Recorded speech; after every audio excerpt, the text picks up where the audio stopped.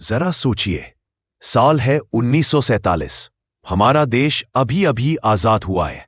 200 साल की गुलामी के बाद हम अपने पैरों पर खड़े होने की कोशिश कर रहे हैं। चारों तरफ चुनौतियां ही चुनौतियां, बंटवारे का दर्द, आर्थिक हालत बेहद खराब और पड़ोसी मुल्कों के साथ तनाव। ऐसे समय में किसी ने सोचा भी नहीं था कि एक दिन भारत दुनिया के उन कुछ देशों की लिस्ट में होगा जिनके पास परमाणु हथियार है। आज जो हम परमाणु संपन्न कहते हैं वो बस एक बम या हथियार की कहानी नहीं है। ये है हमारे वैज्ञानिकों की मेहनत, हमारे नेताओं का विजन और हमारी हिम्मत की दास्तान। आजादी के तुरंत बाद हमारे पहले प्रधानमंत्री पंडित जवाहरलाल नेहरू ने एक बात साफ कह दी थी, अगर भारत को मजबूत बनना है तो हमें विज्ञान और तकनीक में आगे बढ़ना होगा। इसी सोच से 1948 में एटॉमिक एनर्जी कमीशन बना और उसके चेयरमैन बने डॉक्टर होमी जहांगीर भाभा, जिन्हें हम भारत के परमाणु कार्यक्रम का पिता कहते हैं। डॉक्टर भाभा का सपना था कि भारत का अपना परमाणु ऊर्जा प्रोग्राम हो। वो जानते थे कि पश्चिमी देश हमें ये तकनीक कभी मुफ्त में नहीं देंगे, इसीलिए सब कुछ खुद से बनाना होगा। अपने वैज्ञानिक, अपनी लैब, अपना रिसर्च। उन्होंने ट्रॉम्बे, अब मुंबई का हिस्सा, में भाभा एटॉमिक रिसर्च सेंटर यानी BARC की नींव रखी। शुरुआती दौर में दुनिया भर के देश परमाणु ऊर्जा को बिजली और रिसर्च के लिए इस्तेमाल करने की बात करते थे। भारत भी यही कर रहा था। रिएक्टर बन रहे थे, न्यूक्लियर फ्यूल पर रिसर्च हो रही थी। लेकिन एक बात सबके दिमाग में थी, अगर कल हमें अपनी सुरक्षा के लिए परमाणु हथियार बनाने पड़े तो हमें तैयार रहना होगा।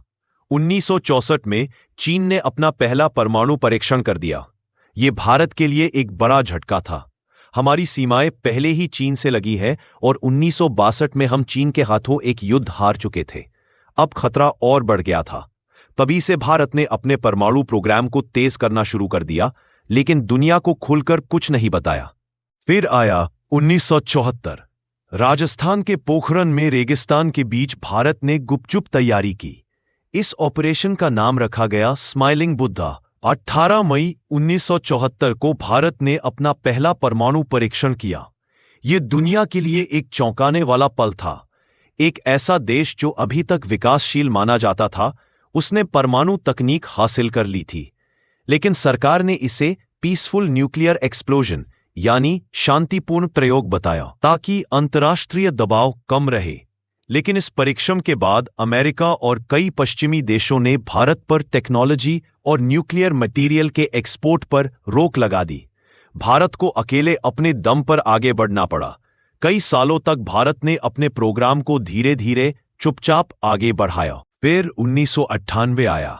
अटल बिहारी वाजपेयी प्रधानमंत्री थे। पोखरण में फिर से तैयारी शुरू हुई। इस बार मिशन का नाम था ऑपरेशन शक्ति। सब कुछ इतने गुप्त तरीके से हुआ कि अमेरिका के जासूसी सैटेलाइट भी पकड़ न पाए।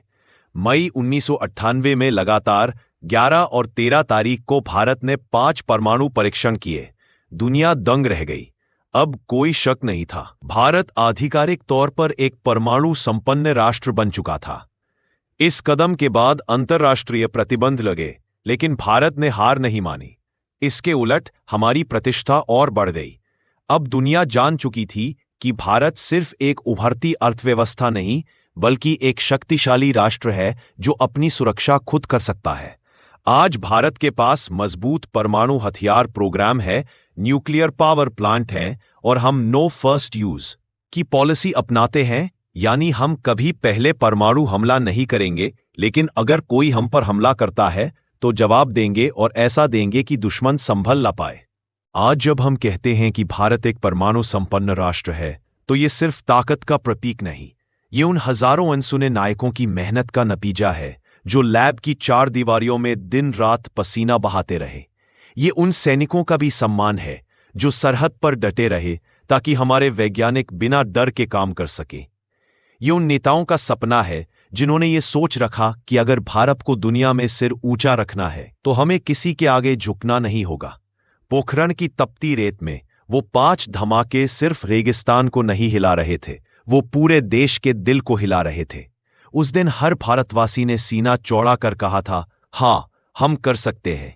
और आज जब हमारी धरती का हर बच्चा, हर जवान, हर नागरिक ये जानता है कि हम अपनी रक्षा खुद कर सकते हैं, तब समझ आता है कि असली ताकत सिर्फ हथियारों में नहीं, बल्कि उस भरोसे में है जो एक देश को अपने आप पर होता है। भारत का परमाणु संपन्न बनने का सफर एक संदेश है। हम शांति चाहते हैं, लेकिन अगर कोई हमारी शांति भंग करे तो हम वो ताकत रखते हैं जो दुश्मन को हमेशा के लिए शांत कर दे। याद रखिए, परमाणु शक्ति हमारी ताकत है और हमारी ताकत का मकसद सिर्फ एक है, अपने देश, अपने लोगों और अपनी आजादी की रक्षा। दोस्तों, अगर आपको ये कहानी पसंद आई हो तो इसे ज्यादा से ज्यादा लोगों तक पहुंचाइए। वीडियो को लाइक कीजिए, अपने दोस्तों और परिवार के साथ शेयर कीजिए, और अगर आप चाहते हैं कि ऐसी ही देश की सच्ची और प्रेरणादायक कहानियां आपके तक पहुंचती रहे तो चैनल को सब्सक्राइब करके बेल आइकन जरूर दबाइए, क्योंकि आपकी एक क्लिक हमें और भी कहानियां लाने की ताकत देती है। जय हिंद।